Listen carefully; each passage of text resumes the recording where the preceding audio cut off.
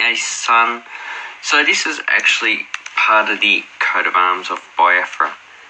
The flag was, black, red and green, and this part was on the black part. It's on the black part. Black at the top, red in the middle, green down the bottom. I hope I got that right. So, I nearly had that right. I had the red and the green mixed up. So that's the actual flag there. And as you can see, the sun, it's actually pretty much the same. So this is actually quite a hard banknote to get. The value of these banknotes is probably about $20 for this series. And it only was used for 1 year until it was replaced by the other series, which is this one. This is actually quite a better series. These ones in uncirculated, you're talking about $2 to $3.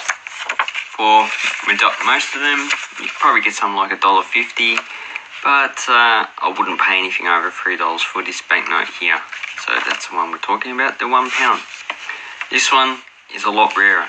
And as you can see, they tried to put in a security thread, but as Nigeria is not a recognised country, I'm not too sure who actually produced these banknotes. It looks like that they were just produced by a local printer or some type of printer. And on this side we actually have the coat of arms of Biafra. And as you can see, it has a leopard. And on the bottom of the shield, so this top of the shield black. So we have black, red and green there. And these look like horseshoes are actually a golden colour. So there's peace, unity and freedom. And up the top we have an eagle. Not too sure what eagle it is. Could be a fishing eagle, but I could be wrong on that. And that is a nice banknote. So the only other banknote that was issued with this series is the 5 shilling. And that's even harder to get than the £1. The £1 of both of these series seems to be quite common. So, in the second series, you get a whole series from 5 shilling, 10 shilling, £1, £5 and £10. The easiest one to get is a £1. It seems to be very common in uncirculated condition, so it was the most printed banknote. Then we have the 5 and 10 shilling. They're a bit harder to get. Most of them are actually circulated, so you'll probably be paying probably about $10 to $20 for those ones. And then the hardest ones you can get are the £5 and the £10. £10 is virtually impossible to get. I looked on eBay and all I could find was these two banknotes. I didn't have any sold history on them. I actually brought that banknote probably 2 years ago. Probably I think about $25. And here we got one for very fine, $44. No, one other one extremely fine, $100. I would say uncirculated one's easy $1,000 for a £5. And then this one's probably very good to low grade, very fine. I think either the paper is actually thick or something's actually been spilt on it. But as you can see, it has a lot of detail. Does it have any watermarks? No, it doesn't. Not even a security thread. So I have a lot of Nigerians actually coming to my channel and going, you got two lots. You got one saying that there's an undividable Nigeria and they don't want Biafra to come independent again. Then you got other ones. They're probably from the Igbo tribe, so they make up the majority of Nigeria. No, not Nigeria, Biafra region. And they come on and say this currency will be rising again. Well, this currency definitely is not going to rise again. Not these banknotes anyway.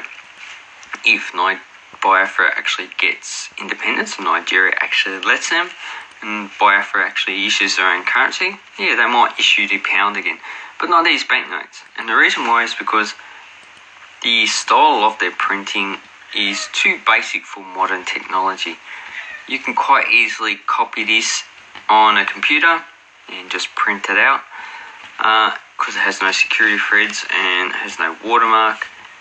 That actually is a disincentive for it to actually circulate. And another reason is because of the high value. They're actually quite an expensive banknote to actually get. Only £10. Let me have a look and see if they're on eBay. And yes, they are on eBay. There's actually 24 items compared to the 2 items that are £5. So the £5 a lot harder to get. But as you can see, the price are pretty high. The lowest I got is about $100. That's in, what grade was that? Very fine. Uncirculated for 500. Extremely fine. So these are actually a very expensive banknote. So here you have a whole set for 1,300. So I won't be getting, and look, here is a 10 shilling banknote, $23 uncirculated. And yeah, so as you can see, the £1's quite cheap. Let's see if any have sold. Completed, sold items.